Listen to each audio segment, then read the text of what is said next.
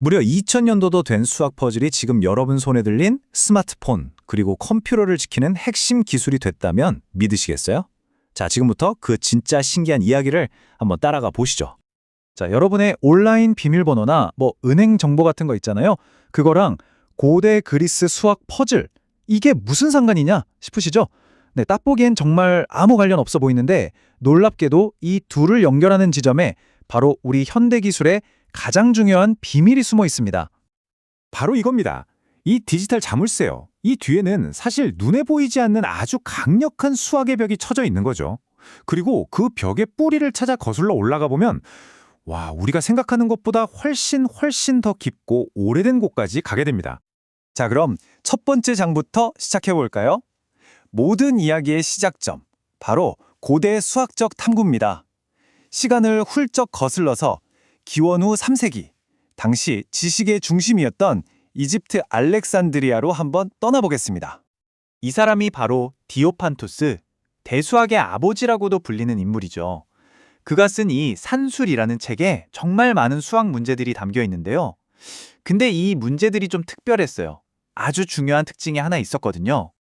그의 퍼즐이 왜 특별했냐면 바로 정수라는 조건 때문이에요. 그러니까 1.5나 3분의 1 같은 그런 지저분한 답은 취급 안 하는 거예요. 오직 1, 2, 3처럼 딱 떨어지는 숫자만 정답으로 인정한다. 이게 바로 디오판투스 방정식의 핵심입니다. 한번 비교해 볼까요? 그냥 보통 방정식, 예를 들어 x 더하기 y가 5다. 이러면 1.5 더하기 3.5도 답이고 0.1 더하기 4.9도 답이고 해가 무한하잖아요. 근데 디오판토스 방정식은 이런 걸 다 땡 처리하는 겁니다. 오로지 1 더하기 4나 2 더하기 3처럼 아주 깔끔하게 떨어지는 정수만 진짜 답으로 쳐주는 거죠. 이 조건 하나 때문에 문제가 훨씬 더 우아해지고 또 까다로워지는 거예요. 자, 이제 이야기는 무려 1300년이라는 시간을 건너뜁니다. 그리고 한 아마추어 수학자가 책 여백에 뜨적여 놓은 아주 짧은 메모 한 줄. 여기서부터 어마어마한 미스터리가 시작되죠. 이 사람이 바로 피에르 드 페르마입니다. 직업은 변호사였는데 사실 수학에 대한 열정은 그 어떤 전문 수학자보다도 뜨거웠던 말 그대로 아마추어 수학자였어요. 바로 이 페르마가 디오판토스의 책 산수를 읽다가 어떤 한 문제에 완전히 꽂히게 됩니다. 그러고는 책의 여백에 바로 이 유명한 문장을 남긴 거죠. 나는 진짜 놀라운 증명을 발견했는데 여백이 좁아서 못 쓰겠네. 바로 이 메모 한 줄이요. 앞으로 무려 350년 동안 전 세계의 네로라 하는 수학자들을 잠 못 들게 만들 그런 위대한 도전의 시작이었습니다. 그래서 페르마가 던진 문제가 뭐였냐 하면 바로 이겁니다. 우리 피타고라스 정리 잘 알잖아요.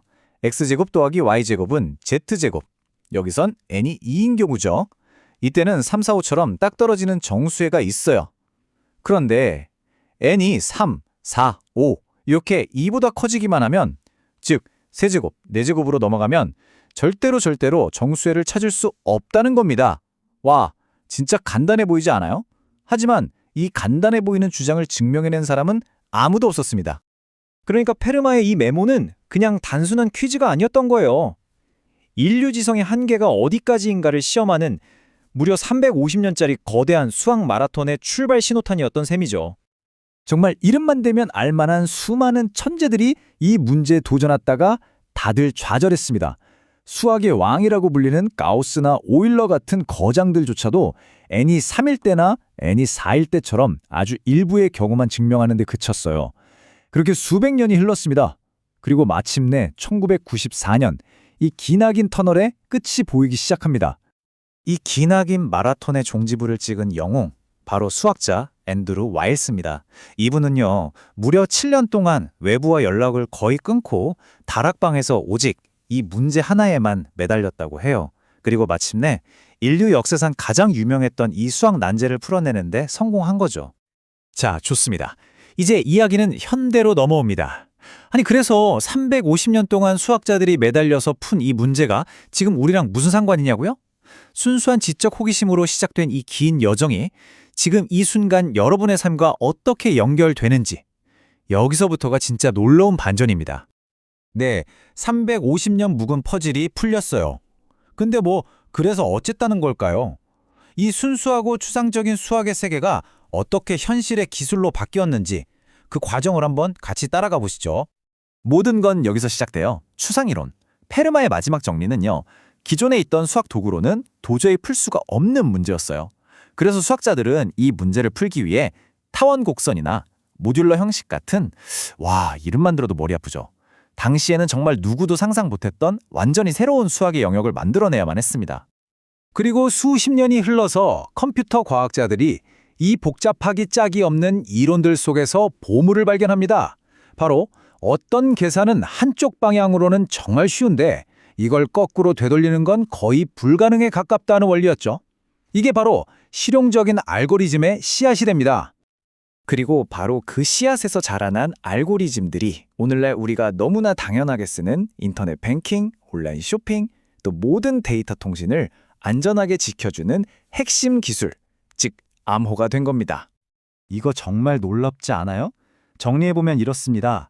페르마의 정리를 풀려고 개발했던 그 고차원적인 수학 도구들이 지금은 현대 암호학, 그러니까 RSA 암호화 같은 것들의 기반이 됐고요. 인공지능, 오류 수정 코드, 데이터 과학 모델링, 이 모든 분야에 없어서는 안 될 필수 도구가 된 거예요. 와, 진짜 아무도 상상하지 못했던 연결고리죠?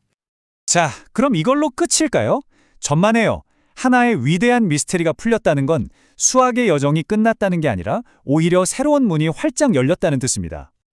앤드류 와일즈의 증명은 페르마의 마지막 정리라는 오래된 문을 닫았지만 동시에 수백 개의 새로운 문을 열어젖혔어요. 그가 증명하는 과정에서 사용했던 기법이나 거기서 파생된 새로운 질문들이 지금 이 순간에도 전 세계 수학자들의 새로운 연구 주제가 되고 있습니다. 또 다른 예를 들어볼까요? 힐베르트의 10번 문제라는 것도 있는데요. 이것도 디오판토스 방정식에 관한 아주 유명한 문제예요. 결론부터 말하면 이 세상에 존재하는 모든 디오판토스 방정식을 한 방에 풀어주는 그런 만능 키 같은 알고리즘은 존재할 수 없다는 게 증명됐어요. 이게 무슨 뜻이겠어요? 수학의 세계에는 그냥 공식에 대입해서 푸는 걸 넘어선 인간의 창의력과 직관이 반드시 필요한 미지의 영역이 여전히 남아있다는 거죠. 한번 생각해보세요. 2000년 전 한 수학자의 지적 호기심이 담긴 퍼즐이 오늘날 우리의 디지털 세상을 지키고 있잖아요. 그렇다면 지금 우리가 순수한 궁금증으로 던지는 질문들은 또 수백 년 뒤의 미래를 어떻게 바꿔놓을까요? 아무도 모르죠. 어쩌면 인류의 가장 위대한 탐험은 바로 이런 질문들 속에서 지금도 계속되고 있는 건지도 모릅니다.